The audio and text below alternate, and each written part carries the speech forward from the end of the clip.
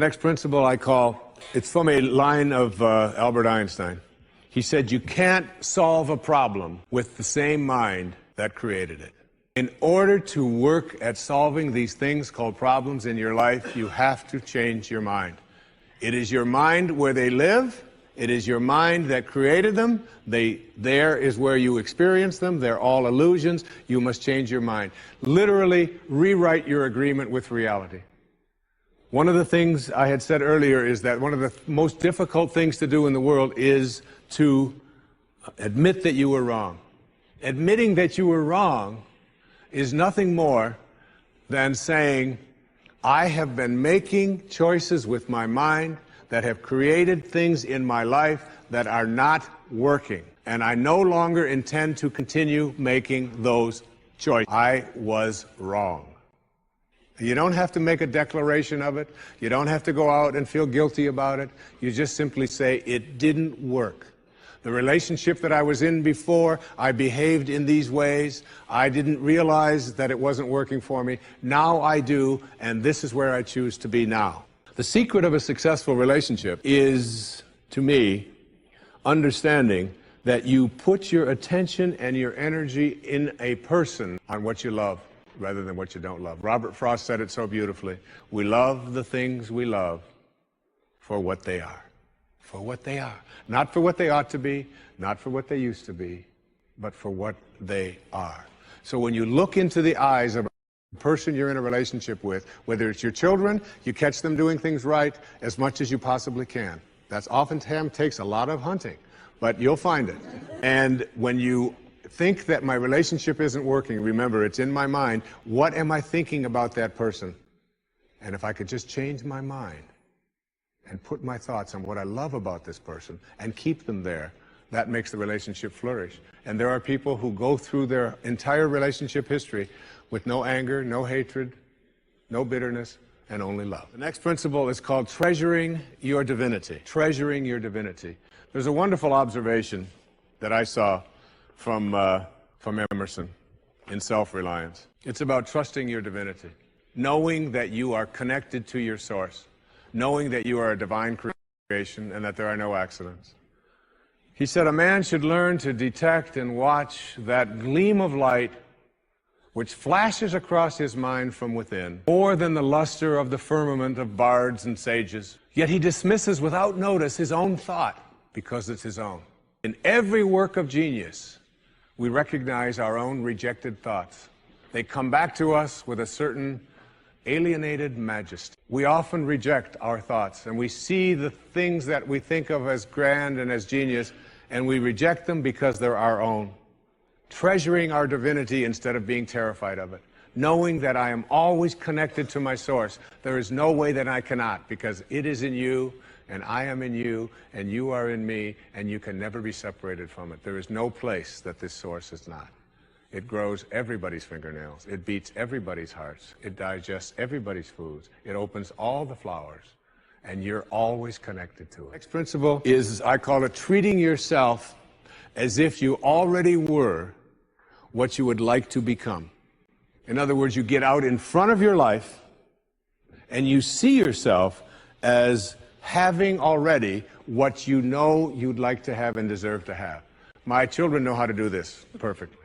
I have a daughter who wanted a prom dress, and the prom dress was way outside the budget that I thought a prom dress should be. Well, I thought a prom dress shouldn't cost over $20, so I do have a problem, right? But I upped it to somewhere around $250. I don't know how much, whatever. To me, it was still more than I paid for my first house, okay?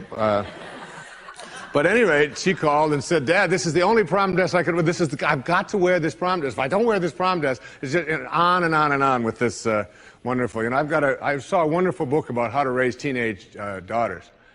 The title of it is Get Out of My Life.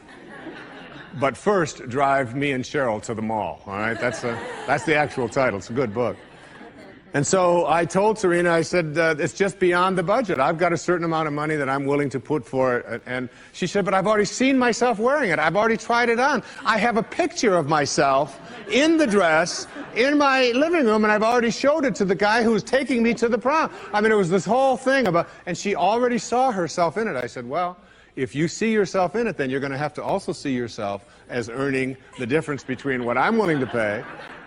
And she drew up a contract. She went onto the computer, and on the background of the computer, you know, where they have these little background things they put on, there was 500 pictures of the dress, all right?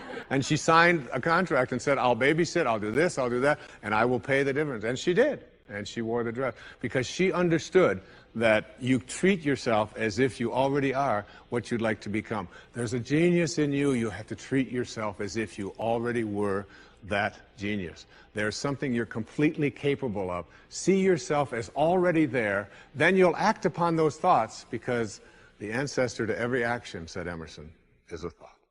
You know, the nice thing about giving up your personal history is that if you don't have a story, you don't have to live up to it. All of us have these bags of manure that we carry around with us called our past, and the people who have done things to us, and the events and the circumstances, all of this stuff that we use and we bond to. And we bond ourselves to these wounds of our past, and we identify ourselves on the basis of these wounds. And every once in a while we set it down and we reach in there and we smear it all over ourselves.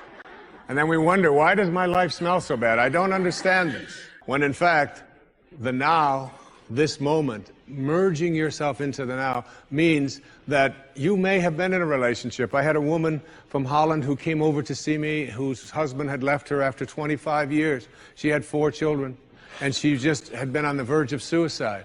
And she was losing weight, and she was depressed, and she was taking all kinds of drugs for it, and she was getting sicker and sicker because she just couldn't get over it.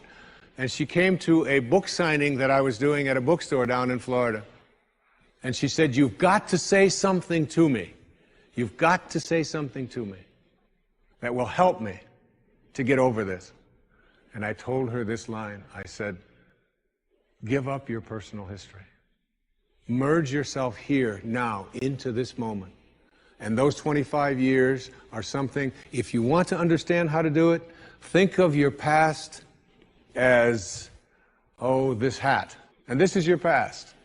Now, you can't just set this thing down over here and walk away from it and give up your personal history, because you'll always have it there to look back at. What you do is you pick up your past and you embrace it. You understand it, you accept it as, I had to go through these things that I had to go through in order for me to get to this place today, and the evidence for that is that I did. You don't need any more evidence. You did. And then you toss it. You toss it. You embrace it, and you toss it. And you merge into the now by giving up your attachment. And some of you have heard me use the metaphor of the wake. Alan Watts talked about the wake is not what drives the boat. The wake is just a trail that is left behind. That's all it is. And so is the wake of your life. And the wake doesn't make the boat go, and neither does the wake of your life, the reason why your life is going in the direction that it is. The wake is a trail that is left behind, and it's an illusion to believe that it is the cause of your suffering or your struggles or your difficulty. Give it up. Let it go. Embrace it, understand it, get help doing that if you must, and then move into the now. Finally, the last principle I call wisdom is avoiding all thoughts which weaken you. You know, every thought has an energy, just like everything else in the universe. And if you have a thought of shame, it will weaken your muscles. And what is your heart but a muscle? If you raise a child who believe in shame and feel ashamed of themselves, every time they think that shameful thought, they will be weakened. And if you have a thought of fear, and if you have a thought of stress, and you have a thought of anguish and anxiety, all of these thoughts and many more are the thoughts that will always weaken you.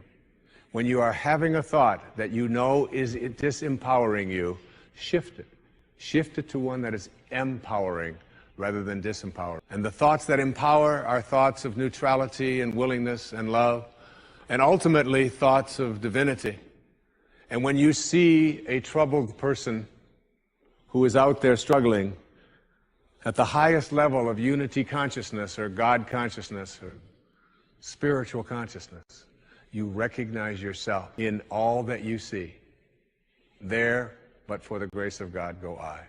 And I am connected to that person. Changing your thoughts. I appeared on the Tonight Show many years ago, several times, quite a few times. And I remember coming home from the Tonight Show, and I was walking along the beach, and they had taped the show the night before, and I was out for a walk, and a woman who lived in the Northeast stopped me, and she said, "Didn't I see you last night on the, how could you be here?" I said, "Well, I flew the red eye, and I was walking along." And she said, "You know, we're moving down here." She said, "What are the people like here? What's it like?" And I said to her, I said, "Well, what are they like where you live?" She said, "Well," she said, I live in a very big city." And she said, "They're very pushy. And people are not very kind. And they don't have time for you." And she said, "It's really not very pleasant." She said, "That's one of the reasons I'm leaving there." I said, "Well, that's pretty much what you're going to find here. That's basically what the people are like here." On the way back on the same day, someone else who had seen me the night before on The Tonight Show, who had lived in the Midwest, stopped me and asked me almost the same question. She said, "You live here?" I said, "Yes." She said, "Well, my husband and I are moving here and we're looking for a school." She said, "What are the people like here? What's it like here?" I said, "What are they like in Chicago where you live?" She said, "It's the Midwest." She said, "People are very friendly, they're open, they open their homes to you, they're very loving, they're very kind." She said, "It's a wonderful place." She said, "I love that. I'm going to really miss that." I said, "That's pretty much what you're going to find here." It's what you expect. It's what you think about that expands. It's what Emerson taught us. The ancestor to every action is a thought. Change your thoughts, and you change your world. Change your expectations, and you change around what you begin to manifest and see showing up in your life.